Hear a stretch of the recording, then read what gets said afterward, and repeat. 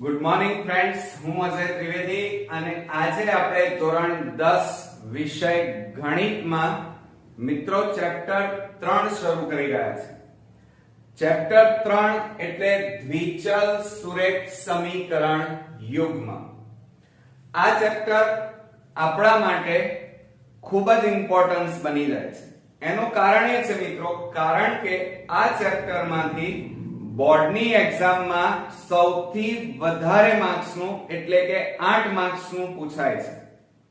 સાથે સાથે ચેપ્ટર 13 એટલે કે પૃષ્ઠફળ અને ઘનફળ, આ બે ચેપ્ટરો બોર્ડની અંદર કુલ 8 માર્ક્સના પૂછાય છે.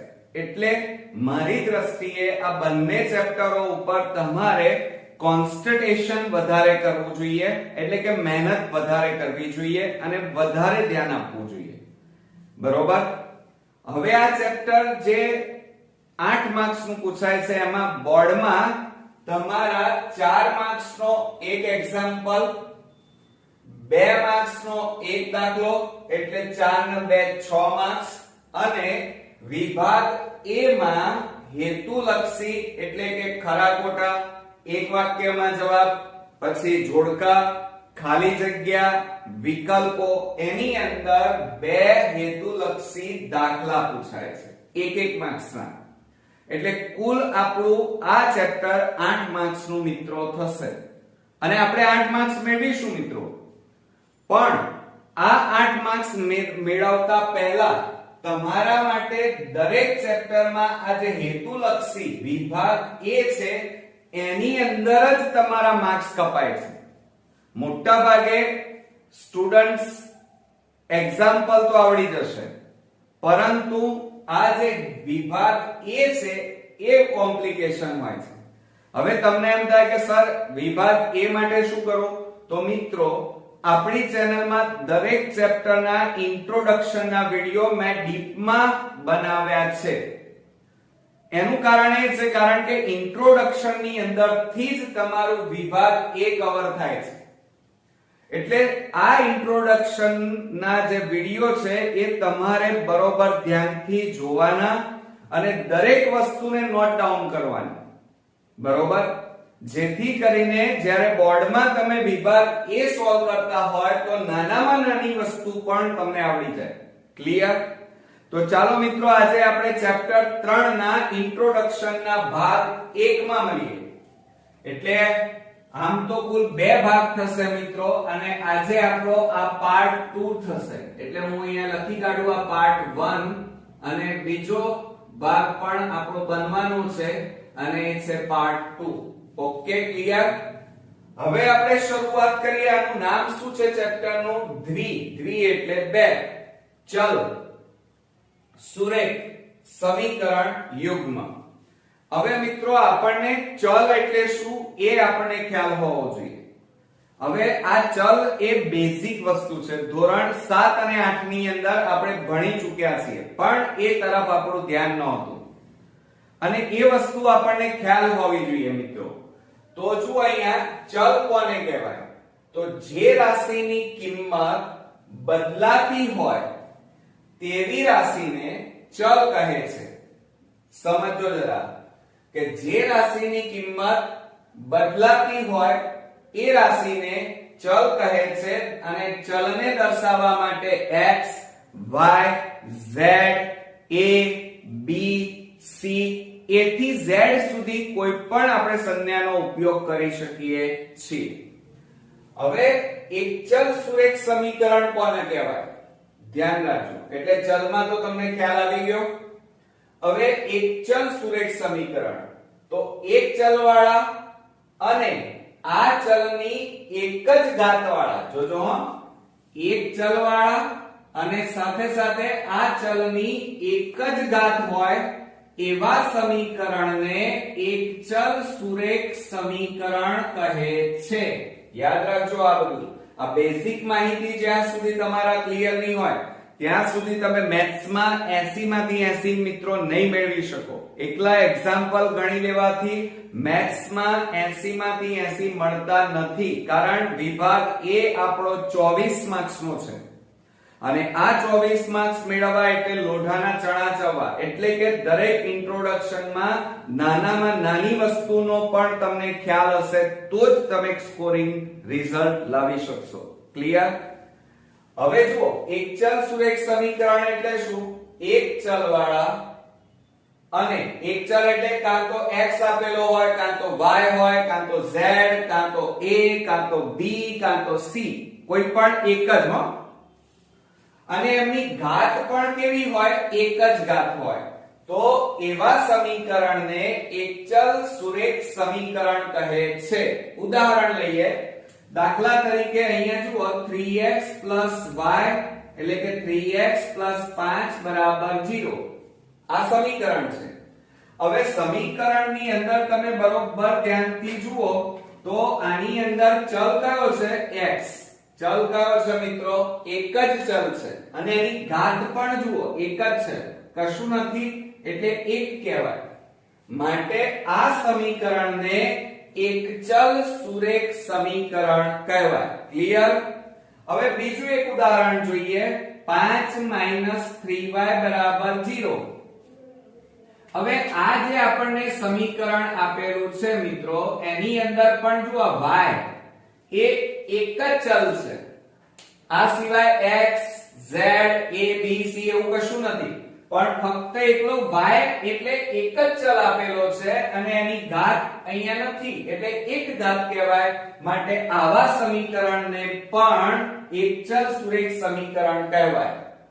માટે એક ચલ સુરેખ સમીકરણનું પ્રમાણિત સ્વરૂપ યાદ રાખજો. મોસ્ટ ઇમ્પોર્ટન્ટ વિભાગ A માટે કે ax b બરાબર 0. આ પ્રમાણિત સ્વરૂપ છે. એટલે વિભાગ A માં પૂછાશે કે એક ચલ સુરેખ સમીકરણનું પ્રમાણિત સ્વરૂપ જણાવો. તો આપણને ખ્યાલ હોવો જોઈએ ax b બરાબર 0. હવે જુઓ, અહીંયા ચલ કયો છે મિત્રો? તો તમે તરત જ કહેશો x. હવે x નો સહગુણક કેટલો છે?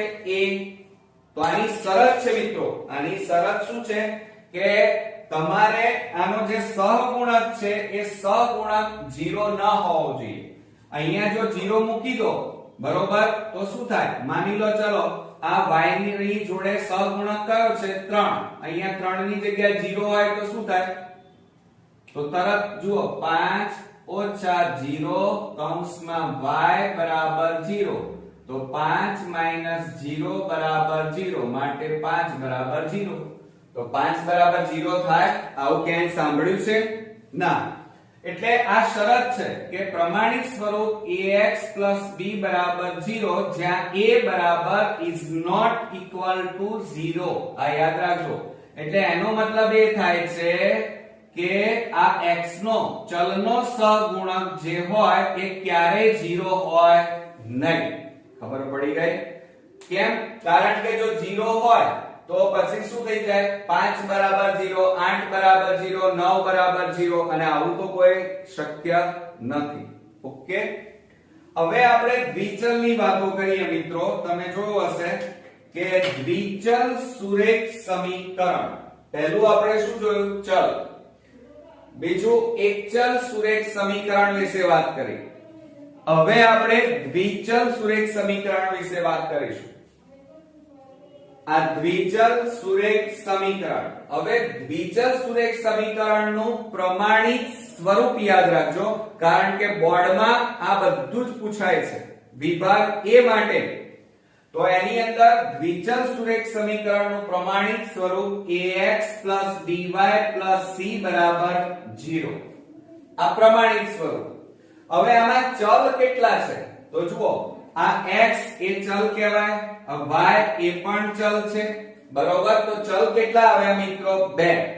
અહીંયા ચલ કેટલા હતા આપણી પાસે? એક જ. એક ચલ હોય તો એક ચલ સુરેખ સમીકરણ, અને જો આ રીતે x અને y બે ચલ આપેલા હોય તો એને દ્વિચલ સુરેખ સમીકરણ કહેવાય. ક્લિયર? હવે બીજી વાત, અહીંયા x ની આગળ જે સહગુણક છે, y ની આગળ જે સહગુણક છે, અને આ તો એમાં આ જે સહગુણકો છે એ હંમેશા કેવા હોય? અચળ હોય. કેવા હોય? અચળ. એ કિંમત ક્યારે બદલાય નહીં. માનો અહીંયા a ની જગ્યાએ 3 4, અહીંયા b ની જગ્યાએ 5 7 9 કોઈ પણ આપેલા હોય, c ની જગ્યાએ -9 -5 કંઈ પણ આપેલા હોય, અને એ પદો ક્યારે બદલાય નહીં મિત્રો. બરોબર? ક્લિયર થઈ ગયું? બીજું, હવે બરોબર ધ્યાન આપજો કે આ જે દ્વિચલ સુરેખ સમીકરણ છે, હમણાં હાલ જ મેં કીધું, અહીંયા જુઓ, એમ અહીંયા આ a બરાબર 0 હોઈ શકે, એટલે બે ચલ છે એમાંથી એક 0 હોઈ શકે, એક ચલ. પણ ક્યારે બંને ચલ એટલે આ પણ 0 અને આ પણ 0 ક્યારે હોઈ શકે નહીં. આ શરત ધ્યાનમાં રાખજો. એટલા માટે a અને b એકી સાથે 0 ન હોય, આ યાદ રાખજો. નહીતર અહીંયા જો 0 અહીંયા પણ 0 થઈ જાય તો આવું થઈ જાય, અને આ શક્ય છે ના મિત્રો. ક્લિયર? હવે જુઓ, અહીંયા બરોબર ધ્યાન આપજો. દાખલા તરીકે આ a અને b માં આપણે 0 મૂકી દઈએ તો આ સમીકરણ લખીએ 3x 7y 8 બરાબર 0 છે. બરોબર? હવે આ સમીકરણ, ચલો a ની જગ્યાએ 0 મૂકો, આને ભૂસી નાખો, આને કોઈ કામ નથી અત્યારે. ચલો આ ax, a ની જગ્યાએ 0 મૂકી દો, b ની જગ્યાએ પણ 0 મૂકી દો, તો 0 ગુણ્યા x એટલે 0, 0 ગુણ્યા y 0, તો બાકી વધ્યા કેટલા? 8. તો 8 બરાબર 0 થાય. હવે 8 બરાબર 0 શક્ય છે ના. એટલે આ શરત આપણી છે, બરોબર ધ્યાન રાખો, a અને b બંને એકી સાથે 0 ક્યારે ન હોઈ શકે. હા, એવું બની શકે કે આ a એકલો 0 હોઈ શકે, કાં તો એકલો b 0 હોઈ શકે. બરોબર? હવે બરોબર જોજો, આ તો તમને ખ્યાલ આવી ગયો ને. અચ્છા, ચાલો આપણે a બરાબર 0 મૂકો આની જગ્યાએ, તો શું થશે? 0x by c બરાબર 0. માટે આનું શું થાય? 0by c બરાબર 0. માટે by c બરાબર 0. અહીંયા કેટલા ચલ મળ્યા મિત્રો? એક ચલ. એક જ ચલ છે ને? તો હંમેશા યાદ રાખજો કે દ્વિચલ સુરેખ સમીકરણ એ એક ચલ હોઈ શકે. મળેલ એક ચલ.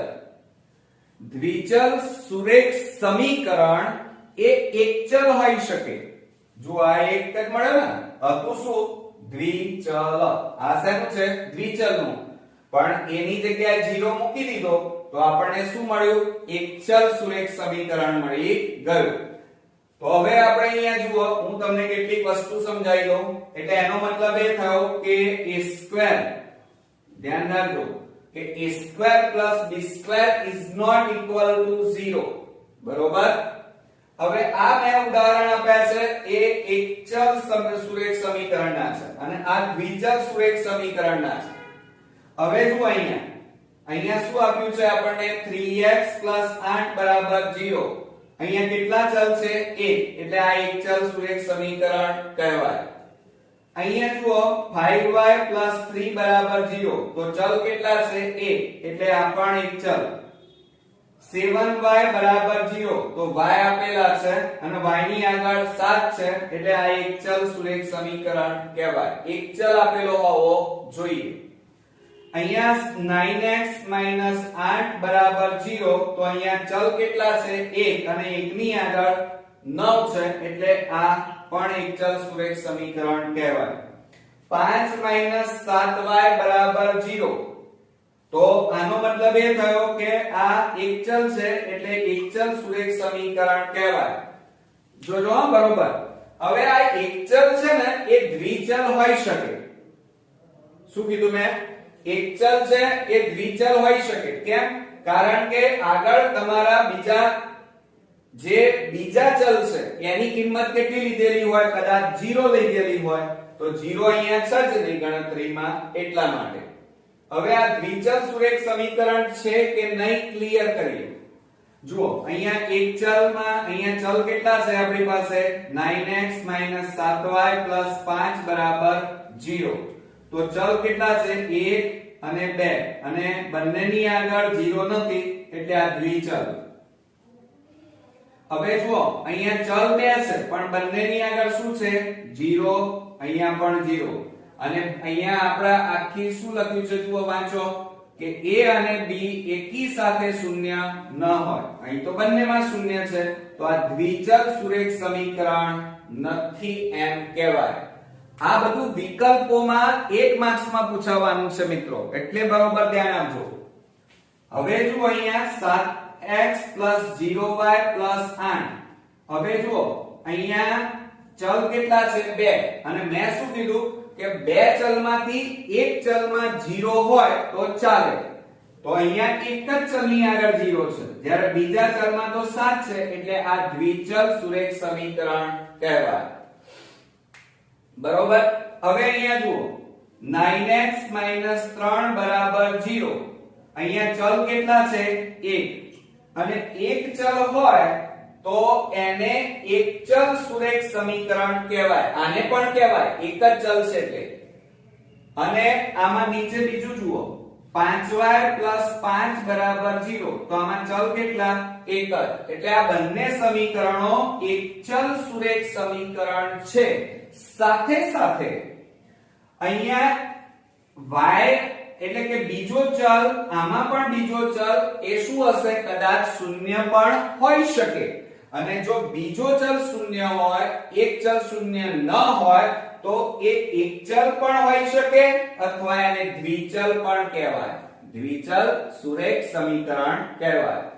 એટલે આ બધા જુઓ એક ચલ વાળા સુરેખ સમીકરણ છે એટલે આ એક ચલ તો કહેવાય પણ સાથે સાથે આ બધા સમીકરણને દ્વિચલ સુરેખ સમીકરણ પણ કહેવાય.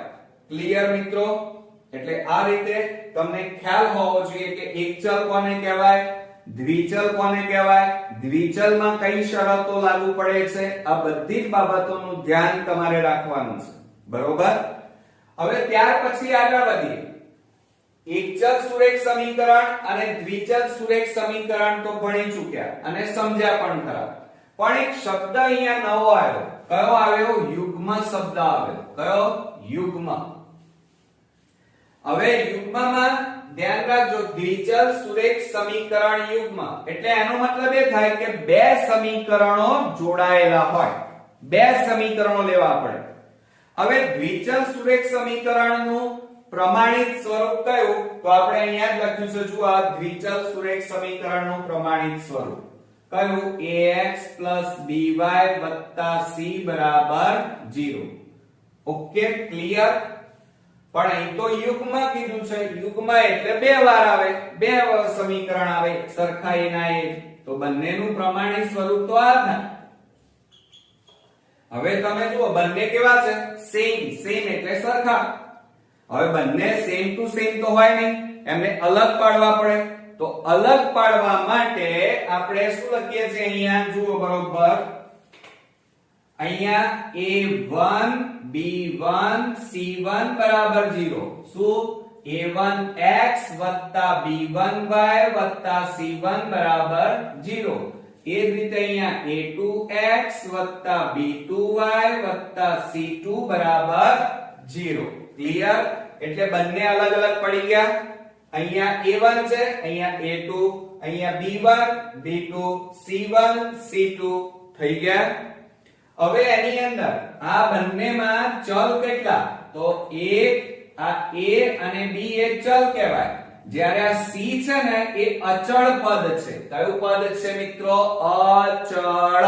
એ ક્યારે બદલાય નહીં. હવે એના માટેની શરતો કઈ? તો આપણે અહીંયા ધ્યાન રાખજો કે a1² b1² is not equal to 0. ધ્યાન રાખજો. એટલે એનો મતલબ એ થાય કે આ બધાનો જવાબ ક્યારે 0 આવશે નહીં. એટલે કે આમ તો આ રીતે લખાય,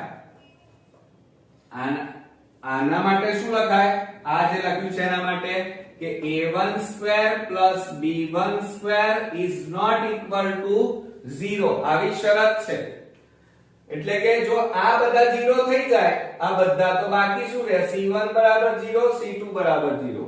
અને એનો મતલબ શું થાય 5 બરાબર 0 કાં તો 6 બરાબર 0 કાં તો 8 બરાબર 0. હવે એ તો શક્ય બનવાનું નથી કારણ કે આ બધું જો 0 થઈ જશે તો એટલા માટે અહીંયા કહેવામાં આવ્યું છે કે સમીકરણમાં a1 b1 એટલે કે a1 સ્ક્વેર b1 સ્ક્વેર આ બંનેનો સરવાળો 0 નથી આમાં પણ ક્લિયર. હવે તમે આ તો બે સમીકરણની વાત કરી અને તમે કહેશો સર આટલા બધા સમીકરણો લખવાની તો કંટાળો આવી જાય. ના મિત્રો, એના માટેની પણ શોર્ટ ટ્રીક છે. એકી સાથે 10 લખવા હોય તો પણ લખાય.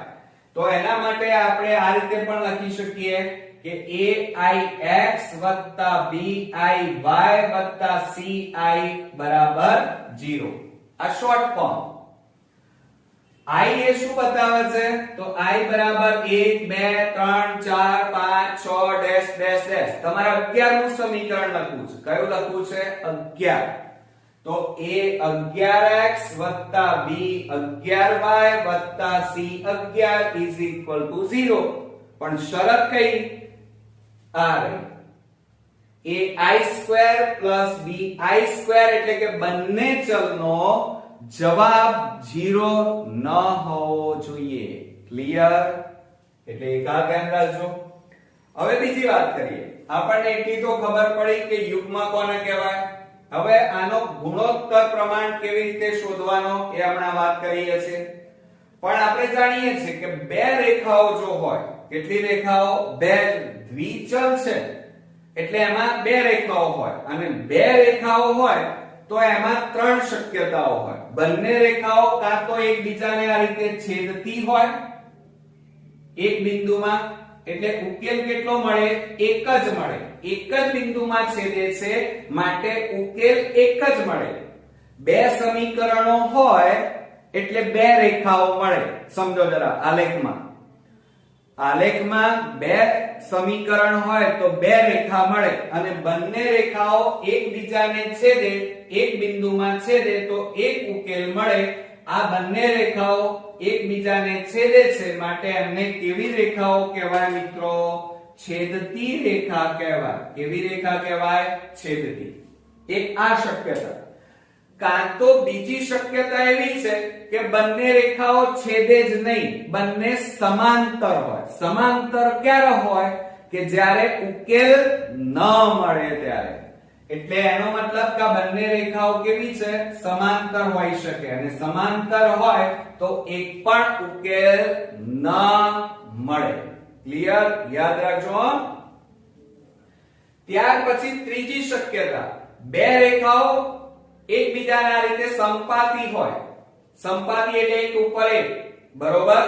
તો આ રેખાને સંપાતી કહેવાય અને એમાં બંને સમીકરણના ઉકેલ સમાન મળે, સરખા મળે, અનંત મળે. મિત્રો ખ્યાલ આવી ગયો? ક્લિયર? એટલે આ વિકલ્પોમાં, ટૂંકા પ્રશ્નોમાં, ખરા ખોટામાં આ બધું જ પૂછાવાનું છે. એટલે બરોબર ધ્યાન રાખજો. હવે પ્રમાણિત સ્વરૂપની વાતો કરીએ તો પ્રમાણિત સ્વરૂપ આપણી પાસે બે છે. કયા કયા? આપણે હમણાં હાલ જ લખ્યા જુઓ. a1x b1y c1 બરાબર 0.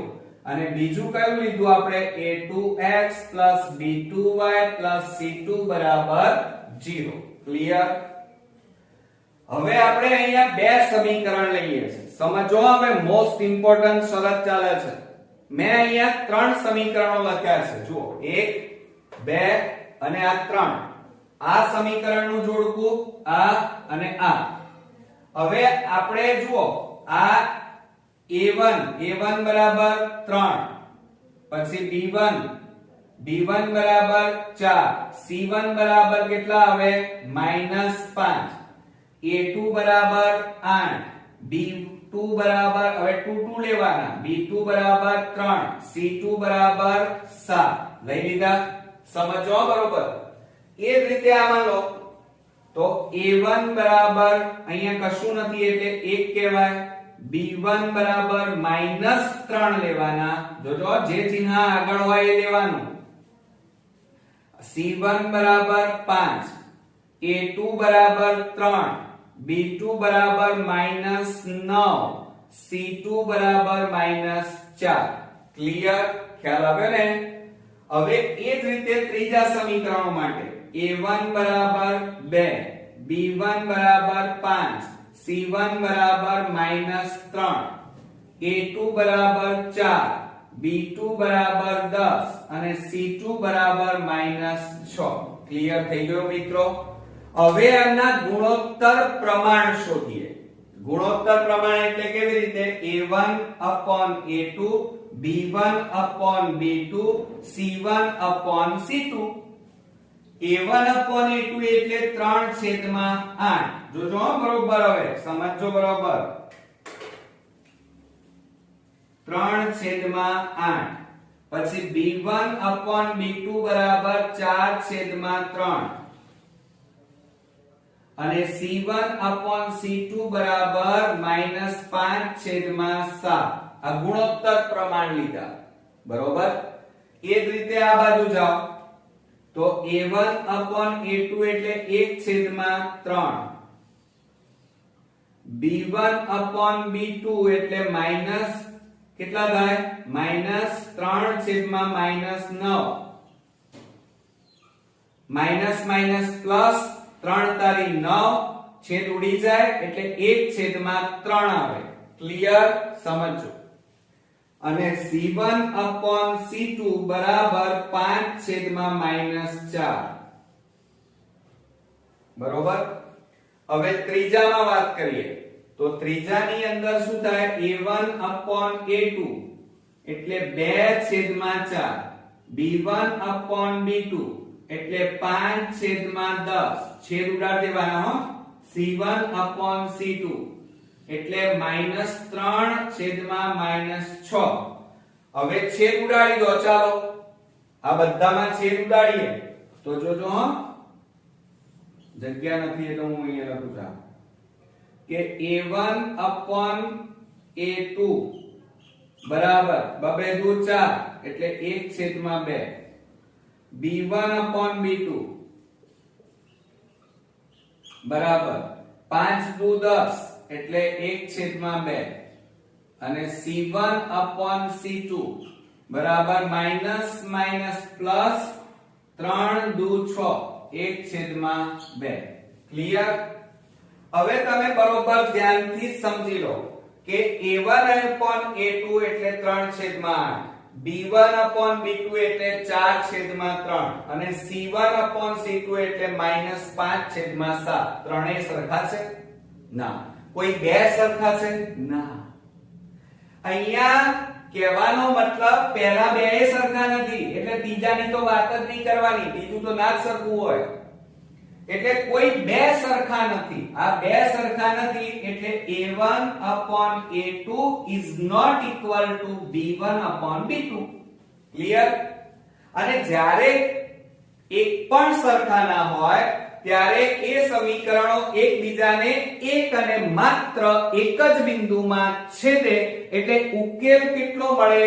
એક જ મળે. એક બિંદુમાં છેદે મિત્રો અહીંયા. એટલે એ રેખાઓ, એ બે રેખાઓ એકબીજાને એક અને માત્ર એક બિંદુમાં છેદે માટે આ કેવી કહેવાય? સુસંગત આલેખ મળ્યો એમ કહેવાય. કેવી સંખ્યા કહેવાય? સુસંગત. ક્લિયર? હવે આગળ વધીએ.